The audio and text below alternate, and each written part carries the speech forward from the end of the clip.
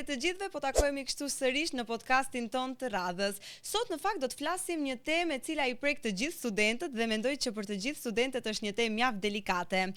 Do ta nis më ndryshe podcastin e ditës së sotme, do t'ju tregoj disa fakte mjaft interesante. A i dini se rreth 70% e studentëve kohën e provimeve e kalojnë gati pa gjumë dhe 1/3 në fakt përgjigjet se nuk fle fare një natë para provimeve.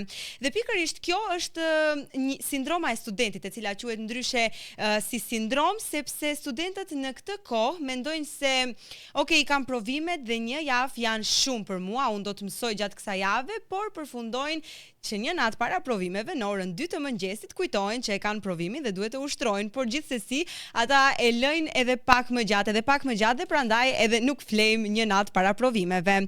Dhe pikërisht për këtë temë mjaft delikate për të gjithë ne studentët, jam sot këtu me Bardhën, me të cilën do ta diskutojmë pak më gjatë, duke qenë se Bardhën e kemi edhe studente të re në universitetin ton, ajo është në vitin e parë. Përshëndetje Bardha dhe mirë se erdhe në podcastin CU Talks. Faleminderit, përshëndetje Hava, si je? Unë jam Bardha Salmani, jam në vit të parë në Fakultetin e Shkencave Shëndetësore në infermieri. Okej, atëherë Bardha, siç e dim, afati i kollokviumeve kaloi. Ti e kishe edhe për herë të parë. Dua të di pak më shumë prej teje si e kalove këtë afat. A ishte shumë stresuese, duke qenë se ishte edhe hera e parë që hye në kollokviume, ose e kalove pak më qetë?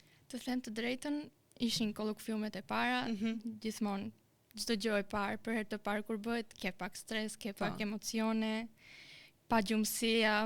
Atë që e përmenda edhe unë.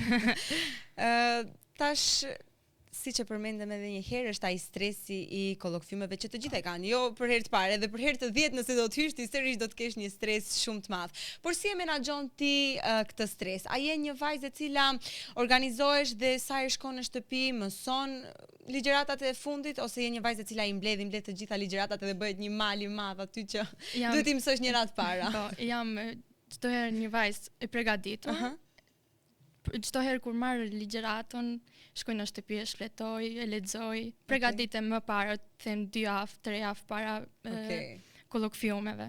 Do me thënë ti nuk je... Jo, nuk e lë që mlidhet. Nuk e ke sindromin e studentit. Jo. E pa jo është shumë mirë për ty, sepse do t'i kalosh sa më lehtë dhe shpresoj që të kesh kaluar sa më lehtë në këto kollokviume. Po, si mendon ti sa të ndikon ajo pagjumësia, se thaje që kalon net pagjumë, sa të ndikon pagjumësia në mënyrën se si ti paraqitesh në kollokvium pastaj? Pagjumësia ndikon ekstrem shumë.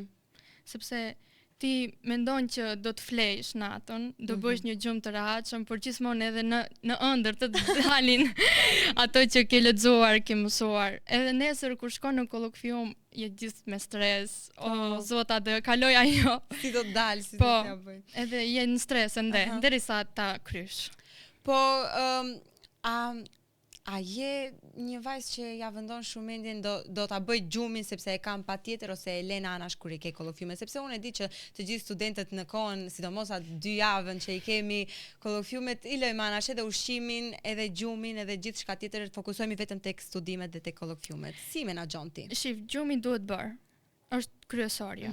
Sepse pa gjumë nuk mund të jemi as të fokusuar, as ta bëjmë atë gjë që duhet ta bëjmë. Por se i lejmë ndonjëherë anash, i lejmë, jemi student, jemi të rinj, mendojmë se do flejmë me 2 orë, jemi okay, por e shohim rezultatin të nesërmen kur e kryejmë kollokviumin ose provimet, si për shembull. Edhe jemi me stres, pa gjumë, pa qejf. Ajo pagjumësia është ajo e cila në fakt ndonjëherë ndikon që edhe mos dalesh mirë në kollokviume. Kush e di se sa shumë të kesh mësuar, nëse je pa gjumë, nëse je me shumë stres, nuk do të dalësh mirë në kollokvium. Duhet të jesh sa më i qetë aty, mendoj unë. Po, shumë i qetë, ta lërosh shpirtin. Po. Ndërkohë, si studente e vitit të parë, cili ishte kollokviumi më i vështirë që e kalove këtë sezon, edhe si mendon që e ke përballuar atë stres? Them të drejtën, kollokviumi më i rënd, anatomia. Okej, të kuptojmë këtu, mendoj që gjithë studentët të kuptojmë. Anatomia ishte pak e rënd, kishte pyetje, plot pyetje, ishin shumë pyetje logjike, por mendova që nuk do t'ja arri qëllimit, por kalova shumë bukur, pata stres në kollokvium, patjetër. Ishte 1 orë kollokviumi, zgjati 1 orë, por e kryta, edhe rezultatet dolën shumë bukur. Po, atëherë më bëhet shumë qefi për ty. Inshallah kështu vazhdon se di që anatomia do të ndjek nga pas. Po, gjithmonë. Ndërkohë çfarë mendon që të ka stresuar më shumë gjatë kësaj kohe? A është fakti që kishe pritshmëri të tjera dhe kishe frikë nga rezultatet që do t'i merrje, ose është fakti se nuk dëshiron të dështosh në kolokvium? Si i kisha ato ditë, domethënë kur hye në kolokvium, si e mendoje stresin? Çfarë të shkaktonte më shumë stres, më saktë? Shif, jam në fakultetin e shkencave shëndetësore. Edhe të dështosh është pak absurde, sepse je duke u thuar me një rrugë që mora e ke ta kalosh. Dhe gjithmonë duhet të jesh e përgatitur, e mësuar etj. Po menaxhimi i stresit, emocionet duhet të jenë gjithmonë shumë mirë, po nga që jemi njerëz, kemi emocione, kemi stres të pakontrolluar. Po. Ndërkohë, çfarë është një tips ose tricks, si ti themi, që ti do t'ju jepi studentëve të tjerë që i bën tek vetja jote që ta lehtësojnë sa më shumë punën gjatë studimit, ose për shembull diçka që ti thua, okay, 1 orë do ta ndajsh për studim për anatomi, ose nuk e di, diçka që ti mendon se do t'ju ndihmojë edhe studentëve të tjerë.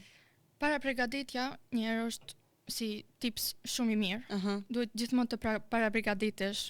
Si për shembull, ke këtë javë kolokviumet, 2 javë para i shfleton. 2 javë para. Nuk e di, më duket pak si shumë jetu kërku. Okej, 1 javë. Ta lëm 1 javë para, duhet shflet. Besoj se është mjaftueshëm. Po. I shfleton, shif, e shohësh ku ke mangësi, i vendon më shumë rëndësi asaj pjese. Edhe gjumi duhet bërë. Patjetër. Mendoj që studentët të cilët janë duke ndjekur këtë podcast ton, po kjo është e re, tash sa ka hyrë, do e shohë kur do mrihej viti i tretë. Mendon që do të lodhesh gjatë rrugës, apo mendon që rezultatet e mira për kolokviumet dhe në përprovime të hapi një shtys që okay, dëshiroj më shumë të mbri? Si e mendon ti? Jam një person që nëse dështoj, herën tjetër e bëj më mirë. Po, kaloj. Edhe e di që deri në fund do kaloj edhe më mirë se vitin e parë. Shumë mirë.